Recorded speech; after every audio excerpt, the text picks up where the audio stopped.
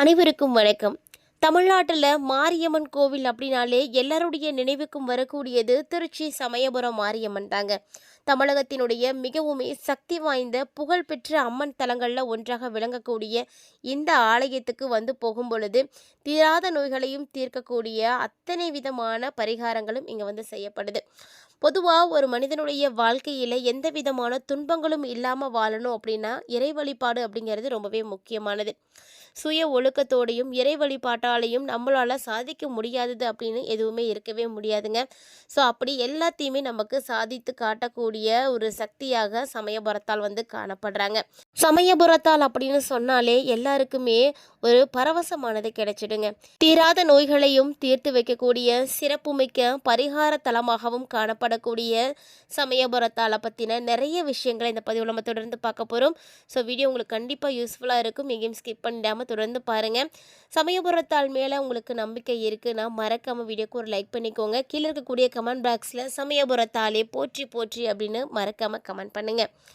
சமயபுரத்தால் அதாவது மக்களுடைய தீராத நோய்களையும் தீர்த்து வைப்பதற்காக அந்த தாயே பச்சை பட்டணி விரதம் இருந்து பக்தர்களுடைய குறைகளை எல்லாம் தீர்த்து வழங்கக்கூடிய கருணை தெய்வமாக காணப்படக்கூடியவள் தாங்க சமயபுரத்தால்.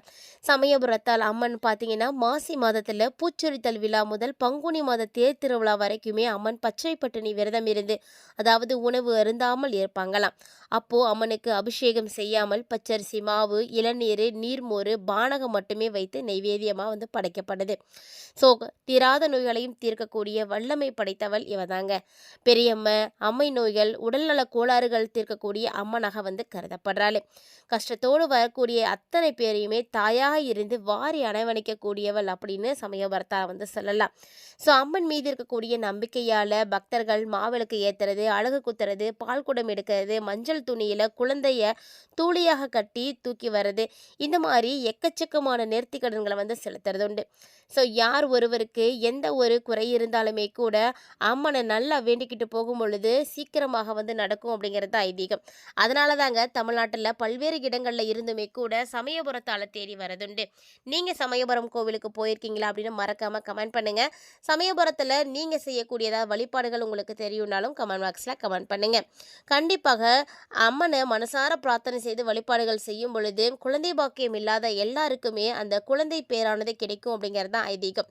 ஸோ நம்மளுடைய உடலில் எந்த பாகத்தில் நமக்கு உடல்நல பிரச்சனைகளானது இருக்குதோ அதை நேர்த்தி கடனாக வாங்கி அந்த இடத்துல வந்து செலுத்தும் பொழுது கண்டிப்பாக உடல்நல பிரச்சனைகள் தீர்ந்து போகும் அப்படின்னு சொல்லுவாங்க.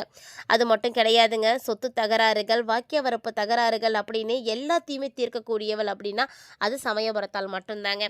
பார்த்தாலே பரவசம் கொடுக்கக்கூடிய தாயாரை நீங்கள் நேரில் போய் தரிசனம் பண்ணியிருக்கீங்களா அப்படின்னு மட்டும் மறக்காமல் வந்து கமெண்ட் பண்ணுங்கள். ஆகம சிற்ப வாஸ்து சாஸ்திரங்களுக்கு ஏற்ப அருள்மிகு மாரியம்மன் ஆலயமானது வைக்கப்பட்டிருக்கு. தீராத நோய்களை தீர்த்து வைக்கக்கூடிய திருத்தலத்துக்கு கண்டிப்பாக நோய்வாய்ப்பற்றக்கூடியவங்க போயிட்டு வாங்க. உங்களுடைய எல்லா விதமான பிரச்சனைகளுக்கும் ஒரு முடிவு கிடைச்சிடும். தீராத நோய்களை தீர்த்து வைக்கக்கூடிய பரிகாரத்தலம் அப்படின்னு திருச்சி மாவட்டம் சமயபுரத்தில் இருக்கக்கூடிய அருள்மிகு மாரியம்மன் திருக்கோவில் தாங்க காணப்படுது. அம்மன் வழிபாட்டில் முதன்மை பெற்று விளங்கக்கூடிய இந்த ஒரு கோவில் பார்த்தீங்கன்னா காவிரியினுடைய வடகரையில் திருச்சி தேசிய நெடுஞ்சாலையில் அமர்ந்திருக்கு. சமயபுரம் மாரியம்மனை மகமாகி, அகிலாண்ட நாயகி, ஆயிரம் கண்ணுடையாள், சாம்பிராணி வாசகி, கௌமாரி, காரண சௌந்தரி, சீதள தேவி, கண்ணபுரத்தால் அப்படின்ற பெயர்களாலும் அழைக்கிறது உண்டுங்க. சமயபுரத்தாலுடைய விக்கிரகம் பார்த்தீங்கன்னா மூலிகையால் ஆனதால் இதற்கு அபிஷேகமே வந்து கிடையாதாம். உற்சவர் அம்மனுக்கு மட்டுமே இங்கு அபிஷேகமானது நடத்தப்படுது. அம்பிகை எப்போதும் குளிர்ச்சியாக இருக்கணும் அப்படின்ற ஒரு நோக்கத்தில் கருவறையை சுற்றிலும் எப்போதுமே நீரானது சூழ்ந்திருக்கும்படி செய்திருக்காங்க. இதில் இன்னும் ஒரு சிறப்பு என்ன அப்படின்னா கருவறையுடைய பின்புறம் அம்மனுடைய பாதங்கள் வந்து வச்சிருக்காங்க. இதற்கு மலர்கள் சூடி தீபம் ஏற்றி வழிபாடுகளும் வந்து செய்யப்படுது. இந்த ஆலயத்தில் இருக்கக்கூடியவர்களுக்கு கொலுசு சத்தம் கேட்கக்கூடிய அதிசயமானது நிகழ்ந்துட்டு இருக்கு அப்படின்னு சொல்றாங்க. பக்தர்கள் இங்கு வந்து தங்கக்கூடியவர்களுக்கு இந்த ஒரு விஷயமானது புலப்பட்டிருக்குங்க. பக்தர்கள் அம்மை நோய் தீர்க்கவும் நகர சாந்திக்காகவும் அம்பாள் இரவு நேரத்தில் வலம் வருவதாக ஐதீகங்கள் எல்லாம் சொல்லப்படுது.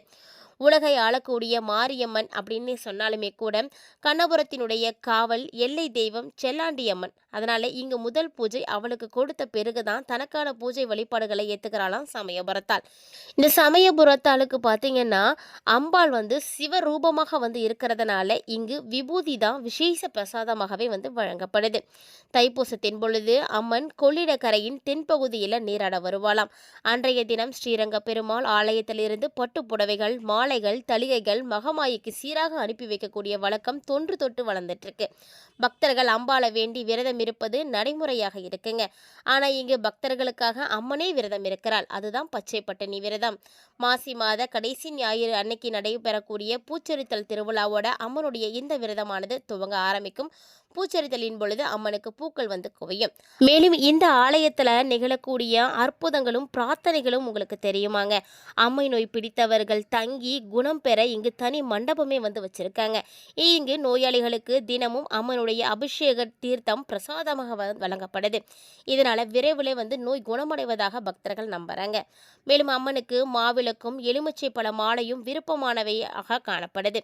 நம்முடைய குறைகளை ஒரு காகிதத்தில் எழுதி ஸ்தல விருட்சமான வேப்ப மரத்தில் கட்டிட்டு பிரார்த்தித்தோம் அப்படின்னா நம்முடைய குறைகள் நீங்கும் அப்படிங்கிறது நம்பிக்கை.